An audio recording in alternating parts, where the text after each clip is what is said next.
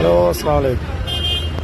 അപ്പം നമ്മൾ ചുങ്കം സർവീസ് റോഡിൽ ഇന്നും കുടുങ്ങിയിരിക്കണം.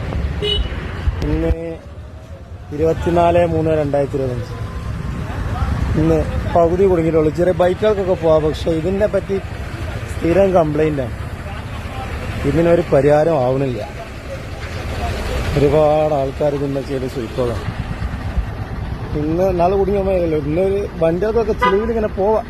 പക്ഷെ ഇതിനൊരു പരിഹാരമാവണം. ഇത് ഈ ഒരു ഒറ്റ കാരണം കൊണ്ടാണ് സർവീസ് റോഡിലെ ബസ്സുകളൊന്നും ഇറങ്ങാത്തതിന് മെയിൻ കാരണം. എന്താ മാനങ്ങളെ നാടിങ്ങനെ അവിടെ ഒരു വണ്ടി കെട്ടിയിരിക്കണം, അവിടെ ബസ്സും കാറും. ഹലോ, അസ്സലാമു അലൈക്കും.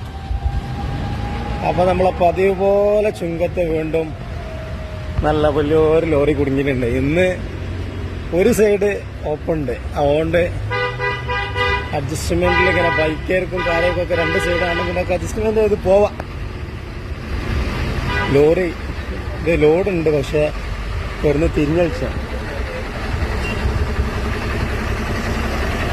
കിട്ടണില്ല.